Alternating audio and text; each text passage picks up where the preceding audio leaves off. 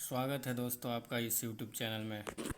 आज हम लोग बात करने वाले हैं बिहार दरोगा 2446 पदों के लिए जो बहाली आई थी उसके फाइनल मेरिट को लेके। और साथ ही साथ आज हम लोग देखेंगे बिहार दरोगा के जो 2213 पदों के लिए जो वैकेंसी आई है उसके एग्ज़ाम को लेके और उसके प्रिपरेशन को लेके क्या स्ट्रेटजी होनी चाहिए हमारे पास, क्या रणनीति होनी चाहिए। और उसी के समकक्ष एग्ज़ाम जो उत्तर प्रदेश दरोगा, बीपीएससी और जो जेपीएससी की वैकेंसी है, इन सारे एग्ज़ाम को बारे में हम लोग जानेंगे कि कैसे एक सही रणनीति तैयार किया जाए ताकि इस एग्ज़ाम को पास किया जा सके। तो चलिए हम लोग शुरुआत करते हैं। अभी बिहार दरोगा को 2446 पदों के लिए जो वैकेंसी आई थी उसके फाइनल मेरिट लिस्ट को लेके अपडेट यही है कि इसका रिज़ल्ट कभी भी आ सकता है। रिज़ल्ट बन चुका है और वो शायद एक वीक के अंदर आ जाए। तो रिज़ल्ट इस बिहार दरोगा का ये जो 2446 पदों के लिए बहाली आई थी इसका रिज़ल्ट कभी भी आ सकता है, हो सकता है एक वीक के अंदर में ही। वैकेंसी के रिज़ल्ट को लेके अब काफ़ी शोरगुल स्टार्ट हो गई है। अब इसका रिज़ल्ट कभी भी आ सकता है और हो सकता है कि एक सप्ताह के अंदर आ जाए, क्योंकि चारों तरफ से बातें चलने लगी हैं कि अब रिज़ल्ट कभी भी आ सकता है इसका। चलिए अब हम बात करते हैं हमारे क्या स्ट्रेटजी होनी चाहिए अब आगे आने वाले बिहार दरोगा का जो एग्ज़ाम है उसका, यूपीएसआई चाहे वो बीपीएससी हो या कि कोई भी एग्ज़ाम हो, उसको क्वालिफाई करने के लिए हमारे क्या स्ट्रेटजी होनी चाहिए।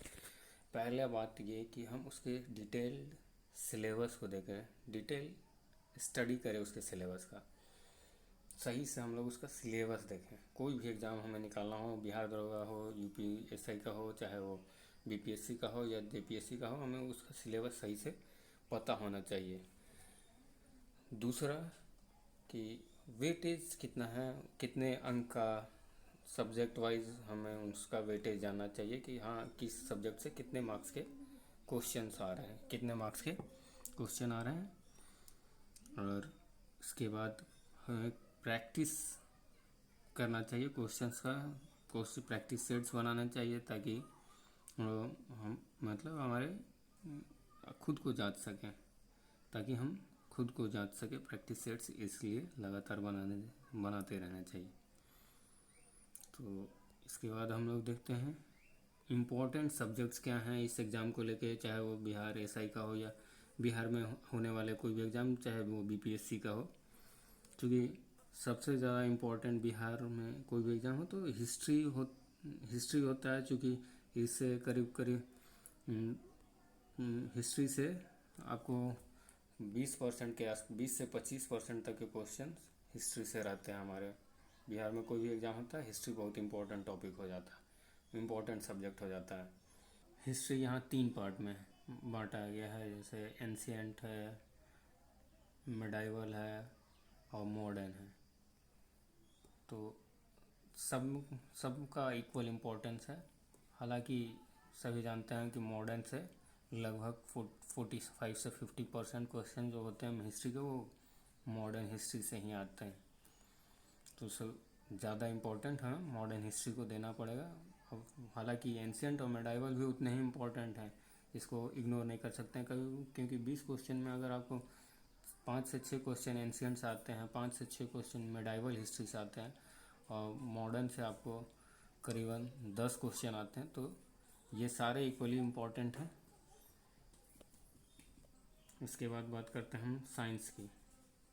साइंस भी उतना ही इम्पोर्टेंट है जितना हिस्ट्री है, क्योंकि इससे भी तकरीबन 20 से 25% तक क्वेश्चन साइंस से भी आते हैं।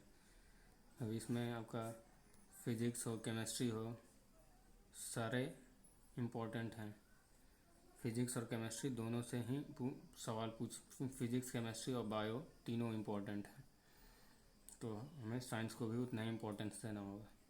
अब उसके बाद जो ज़्यादा इम्पोर्टेंट हो जाता है वो करंट अफेयर है। करंट अफेयर्स चाहे वो बीपीएससी हो या बिहार एसआई का एग्ज़ाम हो, इसमें करंट अफेयर्स का बहुत ही इम्पोर्टेंट रोल होता है, क्योंकि वो 25 से 30% तक क्वेश्चन जो होते हैं वो करंट अफेयर्स से आते हैं।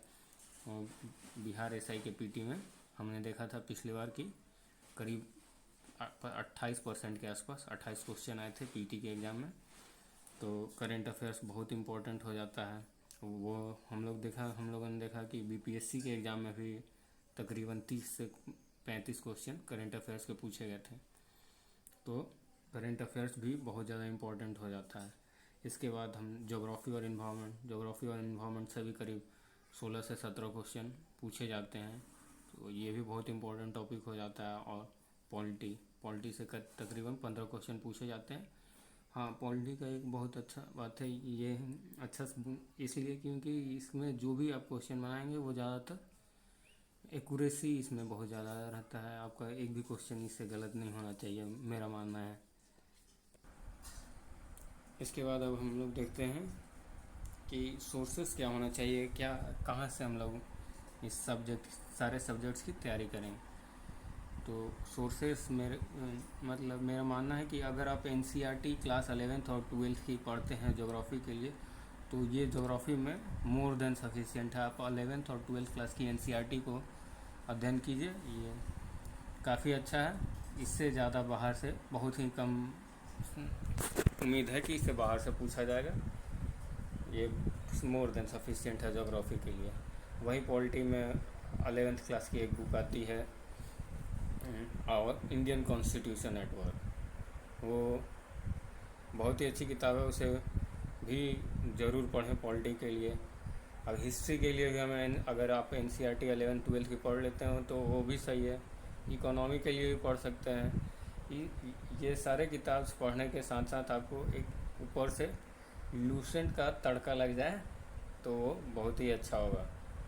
क्योंकि लूसेंट आप डायरेक्ट नहीं पढ़ सकते हैं, क्योंकि लूसेंट डायरेक्ट पढ़िएगा तो उसमें डायरेक्ट फैक्ट रहता है, आप उसको भूल जाइएगा, आपको याद नहीं रह पाएगा। इसलिए आप ज़रूरी है कि आप एनसीईआरटी पढ़ें, उसके बाद आप लूसेंट पढ़ें, तो ये बहुत ज़्यादा आपको फ़ायदा करेगा। आप अच्छा से याद रख पाइएगा, आप इसको सही। इसके बाद अब हम लोग बात करते हैं साइंस की। तो साइंस में आप एनसीईआरटी 8 से 3 क्लास की पढ़नी है, 8, 9 और 10 की। ये तीनों इम्पोर्टेंट है। अगर आप इसे पढ़ लेते हैं तो साइंस में भी कोई क्वेश्चन आपका नहीं छूटेगा। जो इसके साथ साथ में आप एनसीईआरटी के साथ साथ में आप लूसेंट में जो साइंस का पोर्शन है उसे देख सकते हैं, तो वो भी काफ़ी हेल्पफुल रहेगा। अब ये नहीं कि आप केवल एनसीईआरटी को छोड़कर केवल लूसेंट को फॉलो करें, आपको दोनों फॉलो करना पड़ेगा।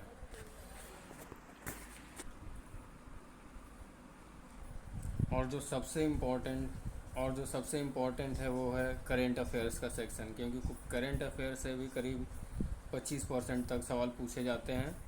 तो हमें कोई ना कोई मंथली मैगजीन लेकर पढ़ना होगा, चाहे वो स्पीडी हो या फिर कोई और प्रतियोगिता दर्पण हो या फिर कोई और भी मंथली मैगजीन, चाहे वो क्रॉनिकल हो या कुछ भी, कोई एक मंथली मैगजीन लेके पढ़ना होगा आपको।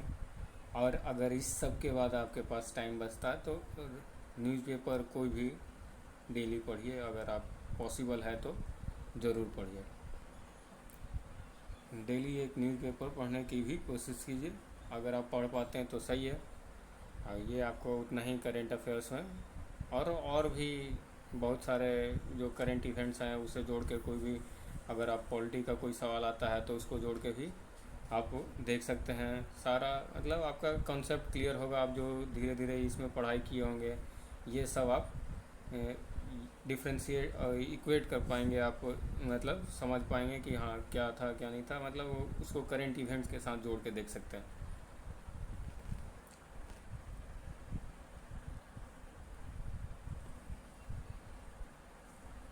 अब हम लोग देखते हैं कि हम लोग इस चैनल पे क्या चालू करेंगे, या यहाँ हम लोग क्या करेंगे। यहाँ हम लोग 10 से 20 क्वेश्चन डेली करेंगे, जो कि बाइलिंगुअल होगा, हिंदी और इंग्लिश दोनों में।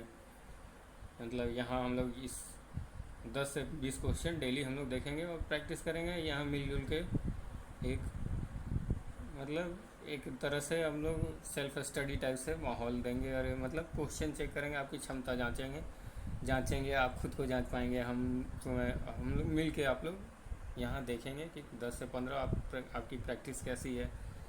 और थोड़ा इंटरेस्टिंग बनाएंगे जो भी पढ़ने का है। और यहाँ पास कोई भी टॉपिक हम लोग सब्जेक्ट वाइज डिस्कस करेंगे यहाँ, और साथ में प्रैक्टिस कोर्स से प्रैक्टिस करेंगे, प्रैक्टिस सेट से कोई भी जो मार्केट में चलेगा उसका यूज़ करके क्वेश्चंस प्रैक्टिस करेंगे। तो आज के लिए इतना ही था। Thank you. लाइक और सब्सक्राइब करना